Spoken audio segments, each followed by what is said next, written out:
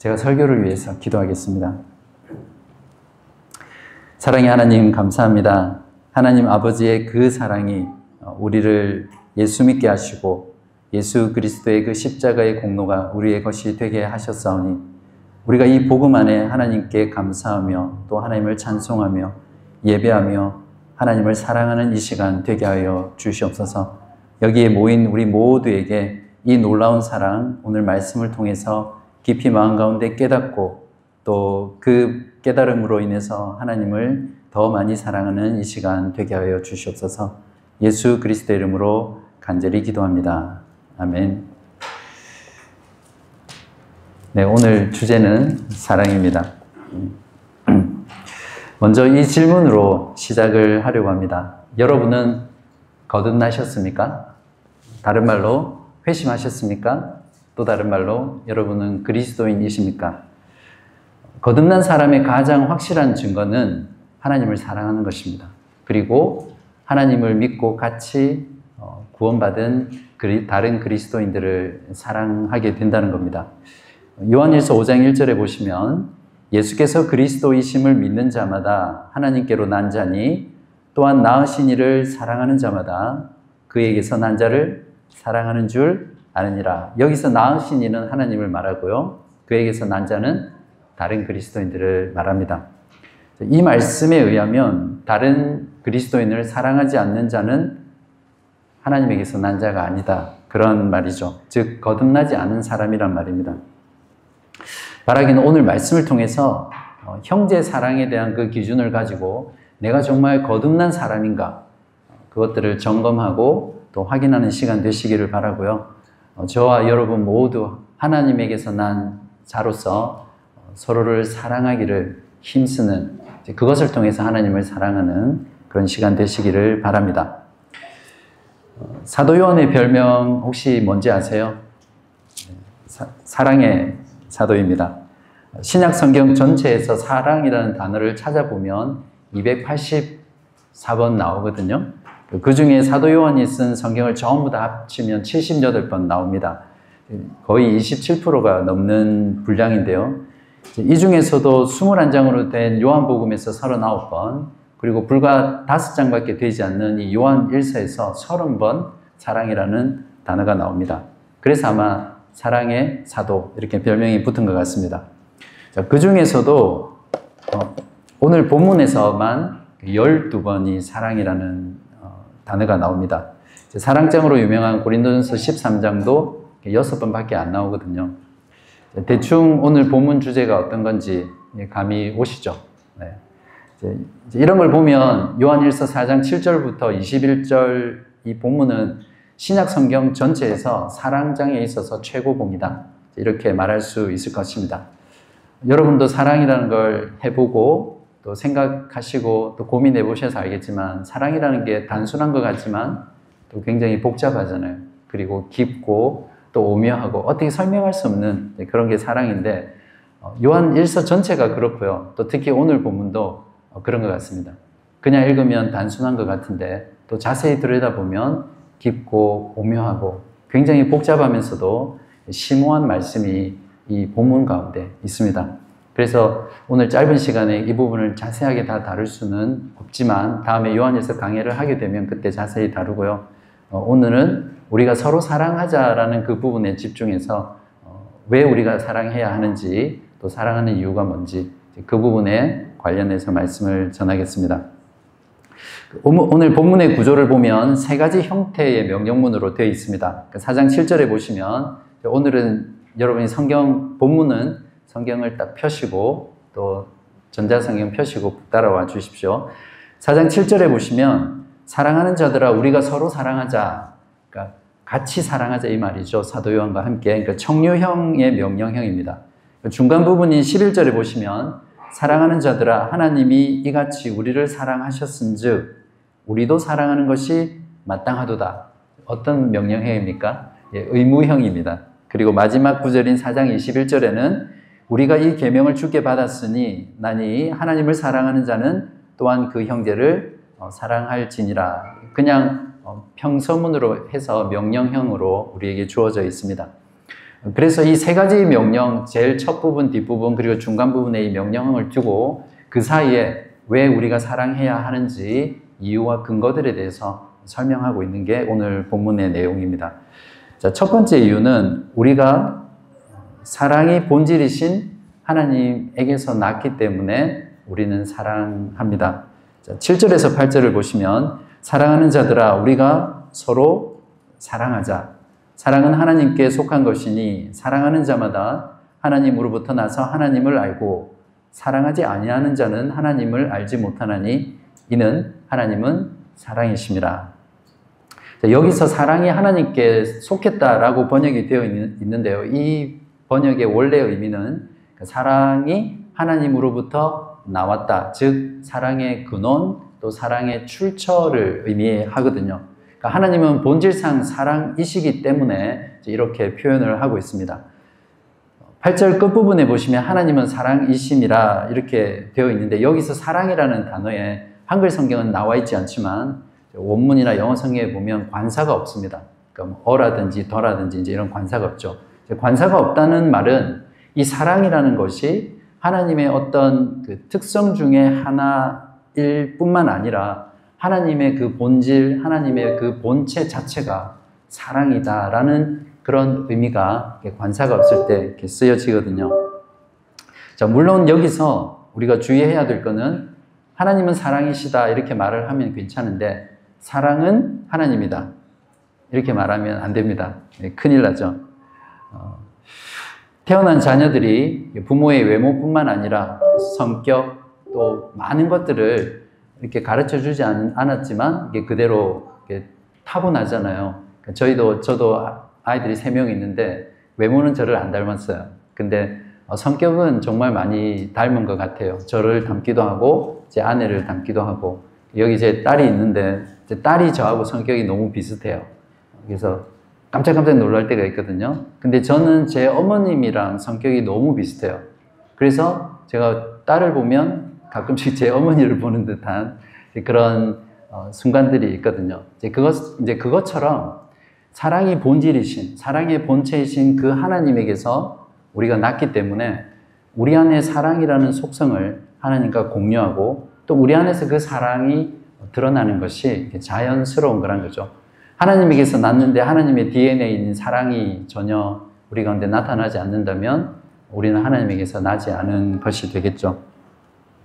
자, 너무나 분명합니다. 우리가 하나님을 사랑하는 이유는 자연적인 것이죠. 본질이신 하나님에게서 났기 때문입니다.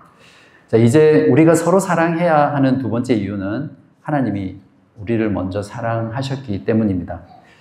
사랑은 추상적이죠. 그러나 그 사랑을 우리가 알 수 있는 것은 그 사랑의 행위를 통해서 사랑을 분명히 우리가 알고 느끼고 또 경험하게 됩니다.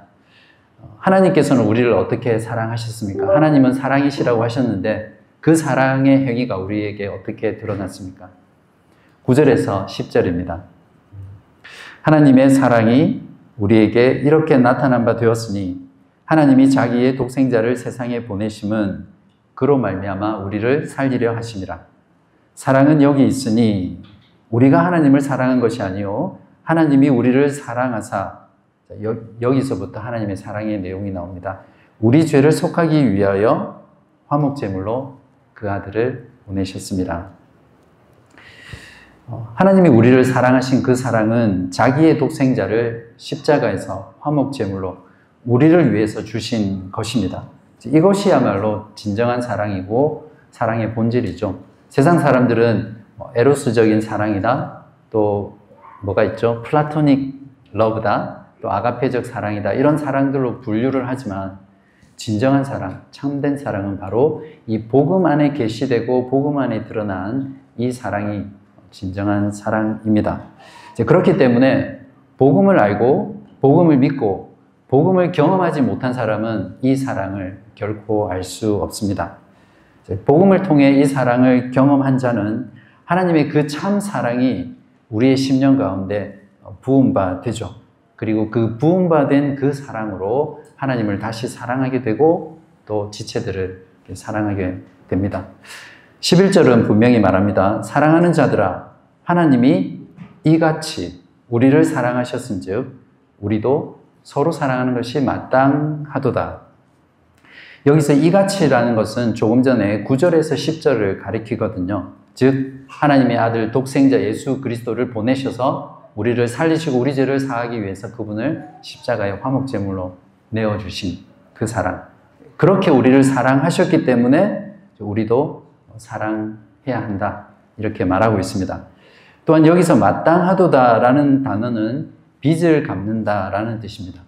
우리는 그리스도의 십자가의 그 사랑의 빚을 졌기 때문에 서로 사랑해야 된다는 거죠. 그 빚을 갚기 위해서. 하나님의 사랑의 빚을 갚는 법은 우리가 서로 사랑하면 됩니다. 정말 쉬운 것 같고 또 너무 좋은 빚이죠. 그러니까 사랑의 빚은 사랑으로 갚는 것입니다. 하나님께 진 이 사랑의 빚을 형제 자매를 사랑하는 것으로 갚을 수 있다는 것은 사랑의 본질이 무엇인지 우리에게 또한 잘 말해주죠. 그런데 문제는 우리가 이 빚을 잘 못 갚는다는 겁니다. 빚을 갚기는커녕 모른 채 하고 하나님께 빚을 떼먹는 거죠. 그러니까 우리가 서로 사랑하지 않는 것은 하나님의 그 크고 놀라운 사랑, 그 사랑의 빚을 나는 모릅니다. 나는 빚진 적 없습니다. 하고 빚을 떼먹는 것과 전혀 다르지 않습니다. 그렇기 때문에 우리는 하나님의 그 큰 사랑을 먼저 받은 자로서 마땅히 하나님께 빚을 갚기 위해서 우리가 서로 사랑해야 됩니다. 여러분, 우리가 서로 사랑하면 하나님께 빚을 갚는다는 거 꼭 기억하시면 좋겠습니다. 세 번째 이유는 우리가 서로 사랑할 때 하나님이 우리 가운데 거하신다는 것을 증거하기 때문에 그렇습니다. 12절에 보시면 어느 때나 하나님을 본 사람이 없으되 만일 우리가 서로 사랑하면 하나님이 우리 안에 거하시고 그의 사랑이 우리 안에 온전히 이루어지느니라. 이 구절을 보면 마치 우리가 서로 사랑하는 것이 조건이 돼서 하나님이 우리 가운데 거하신다 이렇게 보이잖아요. 그러니까 우리가 서로 사랑하지 않으면 하나님이 거하시지 않는다 이제 이렇게 보이는데 전혀 그렇지 않습니다. 이렇게 말하는 것은 우리가 서로 사랑할 때 그 사랑하는 모습을 통해서 우리 안에 정말 하나님이 거하시는구나 이것을 드러내고 증거한다는 그런 말입니다. 그래서 우리가 서로 사랑해야 된다는 것을 말하는 거죠. 하나님은 영이시기에 보이지 않습니다. 그래서 보이지 않는 하나님을 보는 방법은 두 가지가 있습니다. 첫 번째는 하나님의 본체의 형상으로 오신 예수 그리스도를 통해서 우리가 하나님을 볼 수 있습니다. 그래서 주님도 나를 본 자는 하나님을 본 자다 이렇게 말씀하셨잖아요. 요한복음 14장 9절에 보시면 예수께서 이르시되 빌립아 내가 이렇게 오래 너희와 함께 있으되 너희가 나를 알지 못하느냐 나를 본 자는 아버지를 보았거늘 어찌하여 아버지를 보이라 하느냐. 자, 그러나 이제 예수 그리스도는 죽으시고 부활하시고 승천하셔서 어디에 계십니까? 하나님 우편에 앉아 계시죠. 더 이상 육체로는 우리와 함께 계시지 않습니다. 그러면 우리는 어떻게 예수 그리스도를 봅니까? 예수 그리스도를 믿고 성령을 받은 자는 우리 안에 성령이 거하시기 때문에 믿음으로 예수 그리스도를 보게 됩니다. 또 하나 보이지 않는 하나님을 보는 두 번째 방법이 바로 12절에 나오는 말씀입니다. 우리가 서로 사랑할 때 우리 가운데 하나님이 거하시니까 어때요? 하나님을 볼 수 있는 거죠. 우리가 서로 사랑하는 그 모습을 통해서 눈에 보이지 않는 그 하나님이 지금 우리 가운데 계시는구나. 우리가 이것을 알게 되고 깨닫게 되고 비록 눈에는 보이지 않지만 우리가 하나님을 서로 사랑하는 그 모습 가운데 보게 되는 거죠. 이것을 16절은 사랑이 마치 성부, 성자, 성령 하나님의 같이 그런 어떤 인격체처럼 묘사해서 하나님의 거하심과 우리가 그 사랑 안에 거하는 것을 표현하고 있습니다. 16절에 보시면 하나님이 우리를 사랑하시는 사랑을 우리가 알고 믿었노니 하나님은 사랑이시라. 사랑 안에 거하는 자는 하나님 안에 거하고 우리가 그 사랑 안에 거하면 하나님 안에 거한다는 거죠. 또 하나님도 그 사랑 안에 거하는 그 자 안에 거한다. 그렇게 말씀하고 있습니다. 성부, 성자, 성령 하나님은 하나로 계십니다. 서로 영원토록 사랑하며 사랑을 주고받는 관계 속에서 일체로 계신 분이 삼위 하나님이시죠. 그러니까 하나님의 본질이 사랑이시고 그 사랑 안에 우리가 거하게 되면 결국 어떻게 됩니까? 하나님이 우리 안에 거하신다는 말은 우리가 서로 사랑함으로 인해서 성부, 성자, 성령 그 삼위 하나님과 교제한다는 겁니다. 그 하나님과 사귄다는 겁니다. 이것이 얼마나 놀라운 사실인지 모릅니다. 우리가 어떻게 그 성부, 성자, 성령 존귀하시고 영화로우시며 영광스러우며 거룩하신 그 하나님 안에 거하면서 같이 교제할 수 있습니까? 오늘 본문은 분명히 우리가 사랑 안에 거할 때 우리가 그 삼위 하나님과 교제할 수 있다고 말하고 있습니다. 이것이 바로 하나님의 사랑이 온전히 이루어진 모습입니다. 창세전에 하나님께서는 하나님의 백성들을 구원하시기 위해서 구원을 계획하시고 사랑하시기로 작정하셨습니다. 그리고 하나님의 아들 예수 그리스도를 보내셔서 그 아들이 십자가의 죽으심으로 그 구원을 실행하셨습니다. 그리고 성령 하나님께서 그리스도의 그 사랑을 우리 마음 가운데 적용시키셔서 믿음을 통해 그 구원을 완성하신 거죠. 그래서 우리가 성령 안에서 서로 하나가 되고 서로 사랑하고 삼위 하나님과 연합해 있을 때 궁극적으로 그 하나님의 구원, 하나님의 그 사랑이 성취되고 완성되었기 때문에 하나님의 사랑이 온전해졌다. 우리가 서로 사랑할 때 하나님의 사랑이 온전해졌다. 이렇게 표현할 수 있습니다. 여기서 온전이라는 말은 완전하다, perfect라는 뜻보다는 어떤 계획과 일이 성취되다, accomplished, completed 또는 completed, 완성되다, accomplished 이제 그런 뜻입니다. 예수께서 십자가에서 마지막 호흡을 내쉬면서 하신 말씀이 있죠. 무엇입니까? 다 이루었다. 이때 이 다 이루었다는 헬라어 단어가 테텔레스타이라는 단어인데요. 이것이 영어 성경으로 completed, it is finished 이제 이런 말씀입니다. 더 이상 예수 그리스도 성자 하나님께서 이 땅 가운데서 하셔야 될 일이 구원을 위해서 더 이상 없다는 그런 말씀이죠. 바로 동일한 이 단어가 우리의 사랑이 온전해졌다, 하나님의 사랑이 온전해졌다라는 이 말과 같은 표현입니다. 그러니까 결국에는 동일한 말씀이죠. 이처럼 우리가 서로 사랑하는 그 모습을 통해서 우리는 보이지 않는 하나님을 보게 되고 또 우리 가운데 믿지 않는 자들이 있다면 그 사람이 우리가 서로 사랑하는 모습을 통해서 보이지 않는 하나님을 보게 된다는 겁니다. 그렇기 때문에 우리가 서로 사랑하지 않는다면 불신자들이 우리 가운데 아무리 와서 보더라도 그 사람들의 눈에는 하나님이 결코 보일 수 없는 거죠. 하나님을 믿을 수가 없습니다. 또한 우리가 서로 사랑하는 모습을 통해 우리 가운데 하나님께서 거하신다는 것을 우리가 보게 되면 예수께서 다시 오시는 날, 구원의 날, 심판의 날에 우리가 하나님의 진노를 전혀 두려워할 필요가 없습니다. 맞습니까? 우리 안에 하나님께서 거하시기 때문에 우리는 두려워할 필요 없죠. 그리고 담대하게 하나님 앞에 또 그분의 심판대 앞에 우리가 설 수 있습니다.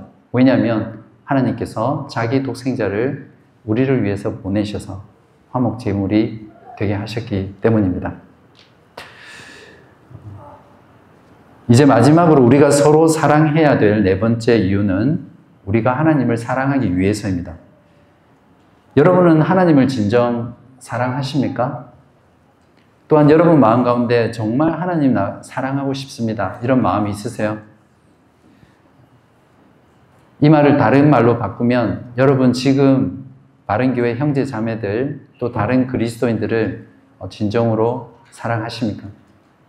이 질문에 yes라고 대답하신다면 여러분은 지금 하나님을 사랑하고 있고 또 사랑하실 수 있는 분입니다. 20절에 보시면 하나님을 사랑한다고 말하지만 형제를 미워하면 거짓말하는 자라고 단호히 말하고 있습니다.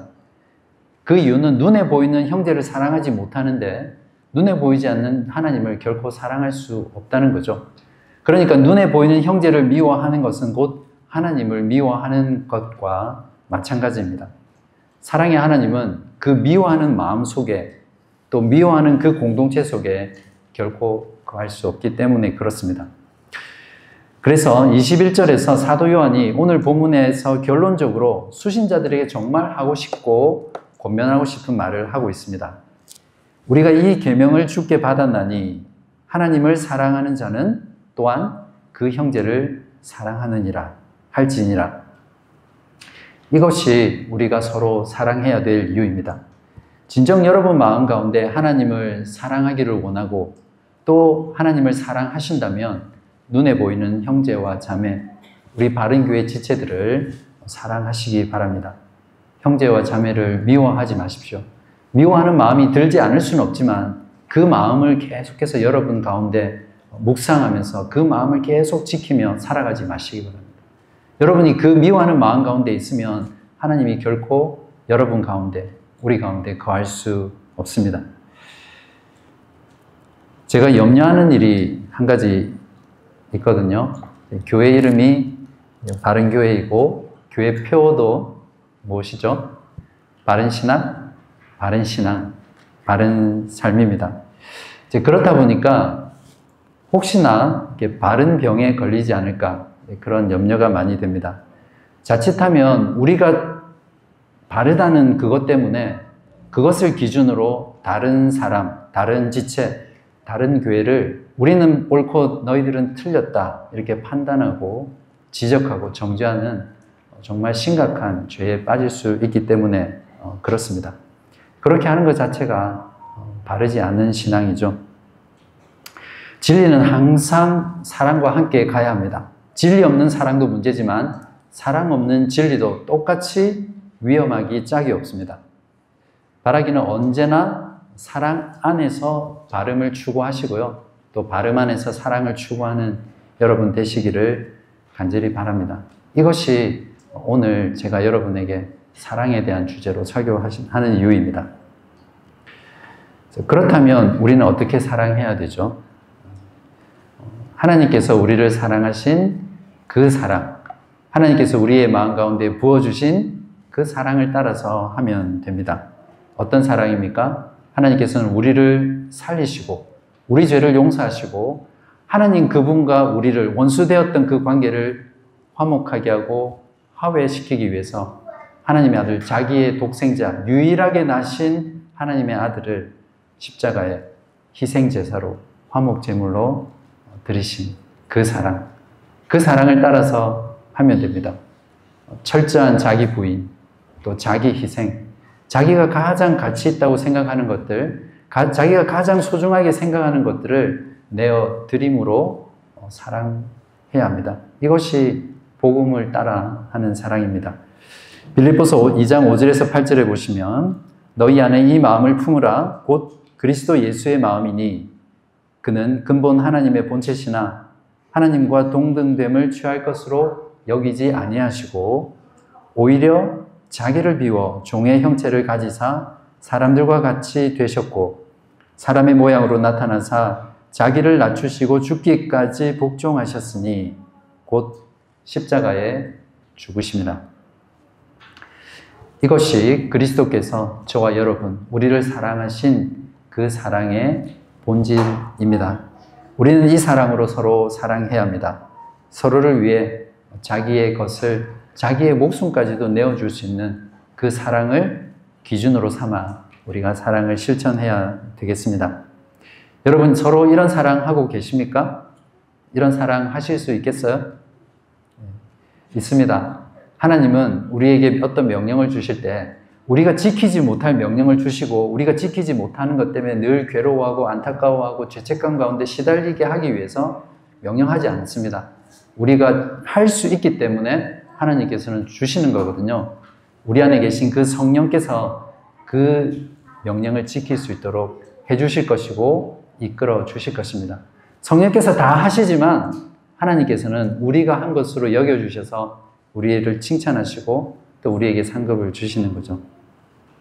또한 우리는 말씀을 나눈 대로 사랑이 본질이신 그 하나님에게서 난 하나님의 자녀이기 때문에 이미 우리 안에는 사랑할 수 있는 속성이 있고 또 사랑의 DNA가 있습니다. 얼마든지 이 복음을 따라 하나님 지체들을 사랑할 수 있습니다. 정말 중요한 건 우리가 이 사랑, 이 복음을 경험하는 거겠죠. 그 복음이 내 마음 가운데 부어지는 그 참된 거듭남이 있어야 되겠죠. 사랑하는 바른 교회 우리 형제 자매 여러분, 우리 서로 사랑하십시다. 이것을 통해 우리 안에 하나님이 거하신다는 것을 드러내시고요. 보이지 않는 하나님을 서로의 사랑의 모습을 통해서 보고 또 믿지 않는 자들에게 보이지 않는 하나님을 증거하는 저와 여러분 되시기를 바랍니다. 바른 교회의 중점 사역 4가지가 무엇입니까?